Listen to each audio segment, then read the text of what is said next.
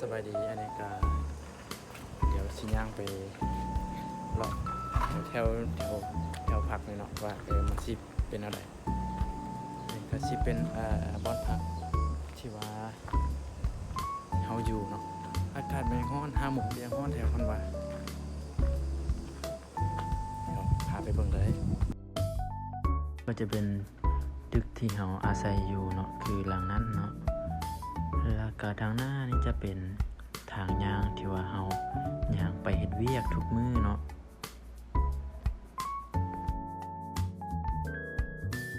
แล้วก็บ้านเขาเนาะถ้าว่ามีพื้นที่ว่างเขาจะปลูกแนวกินใส่อย่างเช่นพวกหมากไม้สลีผักอย่างต่างๆเนาะเดี๋ยวทางหน้านะเฮาสิพาไปเบิ่งว่ามันมีอีหยังแดไปเบิ่งลักษณะธรรมชาติบ้านเขาก็จะคล้ายๆบ้านเฮาเนาะจะมีภูหลักๆมันจะมีภูหลายคือกันคือกับบ้านเฮาเลยคืออันนี้ก็จะเป็นโรงงานแห่งหนึ่งเนาะอันที่จริงใจก็อยากเฮ็ดโรงงานนี้เพราะว่าใกล้ที่พักแต่ว่าบ่สามารถเลือกได้เนาะเพราะว่าโรงงานเฮาอยู่ไกลอันนี้ก็จะขึ้นภูในเส้นทางเฮ็ดที่ว่าเส้นทางที่เฮาไปเวียกทุกมื้อเนาะ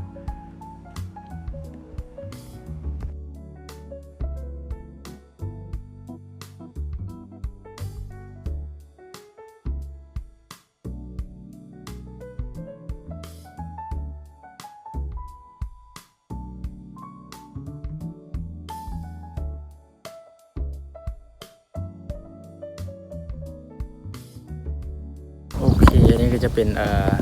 สวนหมากไม้เนาะหมากพีชถ้าว่าอยู่บ้านเฮานะคือสิบ่เลื่อยหยังแล้วแต่ว่านี่บ้านเขาแบบ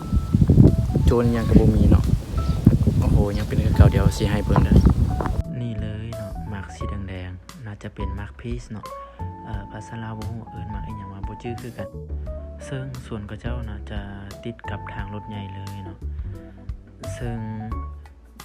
แบบบ่มีอีหยังบ่มีหัวล้อมอีหยังแต่ก็บ่มีคนมาลักมาอันนั้นเนาะถือว่าดีเลย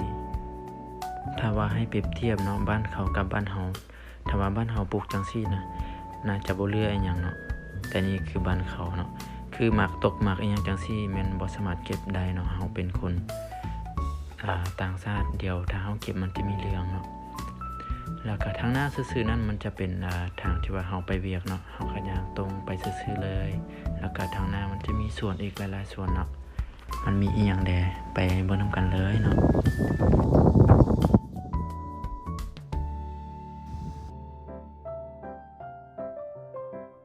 ซึ่งว่าที่เฮาอยู่น่ะ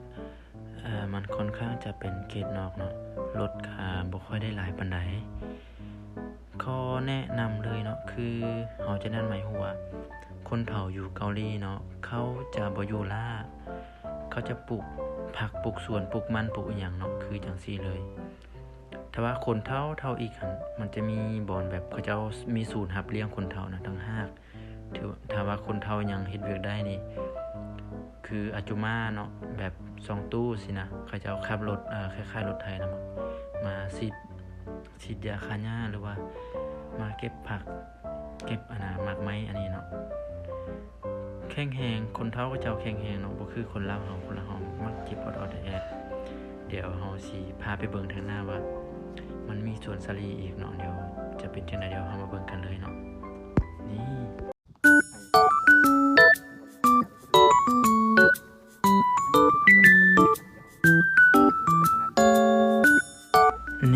อันนี้ก็จะเป็นสวนสาลีเนาะสวนสาลีนี่ก็งามแท้งามว่าบ่ฮู้ว่าเขาเจ้าใส่ปุ๋ยหรือว่าอีหยังเอาก็บ่ได้ฮู้คือกันน่าจะมีแน่หน่อยนึงคิดว่ามันงามอีหลีเนาะกว้างแล้วก็บ่มีสัตว์มากินมาอีหยังคักอีหลีเนาะอันนี้ก็ยังเป็นเส้นทางที่ว่าเฮาอยากไปเวียกคือเก่าเบิ่งบรรยากาศสวนสาลีเนาะงามแฮงตอนแรกนี่งามบวกกับอากาศแบบโคตรได้เลยนี่เดี๋ยวเฮาสิพาให้มาเบิ่งเนาะคือป่าด้านหน้าเนาะมันจะเป็นต้นแปลกหมดเลยเนาะต้นแปลกจะหลายโคตรหลายเลยบ่คือสำคัญเนาะนี่ก็ต้นแปลกหมดเลยตัวนี้ก็ยังเป็นเส้นทางที่ว่าเฮาอยากไปเวียกคือเก่าเนาะ วนดอกไม้จังซี่นะจนสุดเลยจนสุดจนฮอดบอนเฮาเฮ็ดเวียกเลยแต่ว่ามื้อนี้จะบ่ได้พาไปเบิ่งบอนเฮ็ดเวียกเนื่องจากว่าบริษัทถึกชวนอะไรมันถึกช่วงซัมเมอร์แล้วก็ได้พักอาทิตย์นึงหลังจากได้พักไปแล้วเลยจึงมาเฮ็ดเวียกปกติเนาะคือมันจะมีสวนจนสุดทางเลยนี่เนาะแล้วก็นี่เนาะคนเกาหลีเขาเจ้าจะบ่ให้ดินวางแบบวางฟรีๆเนาะเขาเจ้าจะปลูกผักปลูกสวนไปเรื่อยๆเนาะคือมันจะมีมักถั่วดินมักถั่วเหลืองแล้วก็มันด่างเนาะแล้วก็จะมีมักงาอยู่ทางนั้นเนาะฝั่งนั้นนี่เลยบ้านเขานี่แบบอุดมสมบูรณ์แฮงเนาะเส้นทางก็สะอาดบ่มีอีหยังบ่เปื้อนบ่เปื้อนคือปลูกไปจังซี่ก็บ่มีคนรักเนาะจะบ่คือบ้านเฮาถ้าเฮาปลูกจังซี่นี่มันอาจจะบ่เหลือหยังให้เฮากินเลยถือว่าดีสุดดีเลยเนาะบ้านเขาสุดยอดเลย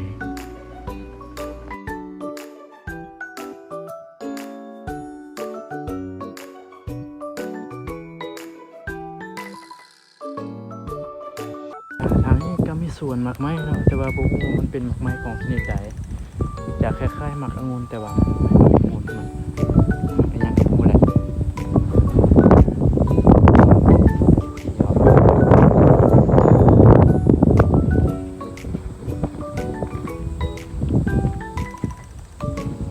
เนาะแล้วก็จะมีหมากตกหลายเขาเจ้าก็บ่มาเก็บบ่ฮู้ว่าเป็นหยังเขาเจ้าจะมาเก็บอาจจะเป็นแบบหมากที่มันบ่ดีบ่หรือว่าเขาบ่กินถ้าว่าอยู่บ้านเฮานี่อาจจะบ่เหลือเนาะ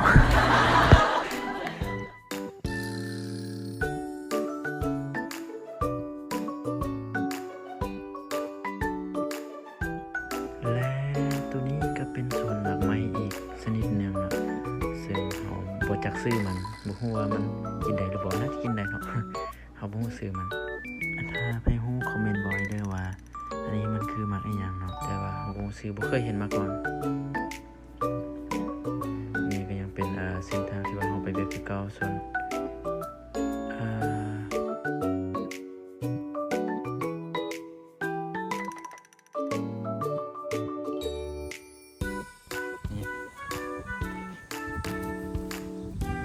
นั่นก็จะเป็นหมากพิลาต้นหมากพิลา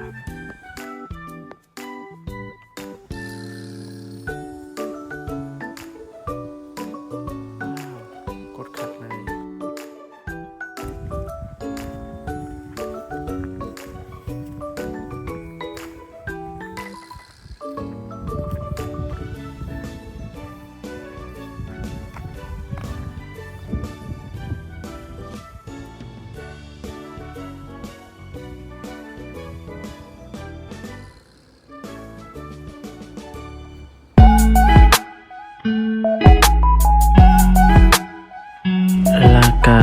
มันจะมีรถประจำทางเนาะมันจะมีรถเมล์ประจำทางตลอดนี่ส่วนทางหน้านี่ก็ทางหน้าหันมันจะเป็นเดี๋ยวจะให้เบิ่งนี่คือบ่อนที่ว่าเฮานั่งทางรถเมล์เนาะอันนี้จะเป็นบ่อนนั่ง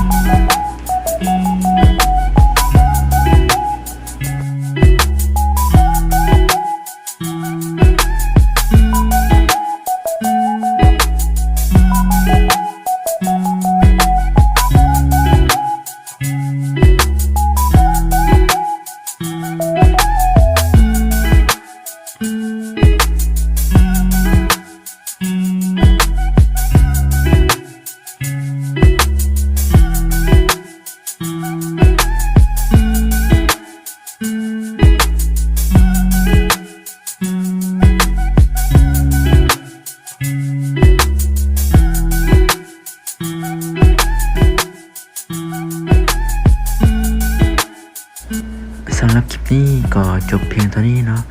เป็นยังไงก็อย่าลืมฝากกดไลค์กดติดตามกด Subscribe ให้เด้อเพื่อเป็นกำลังใจเฮ็ดคลิปต่อไปเนาะขอบใจหลายๆ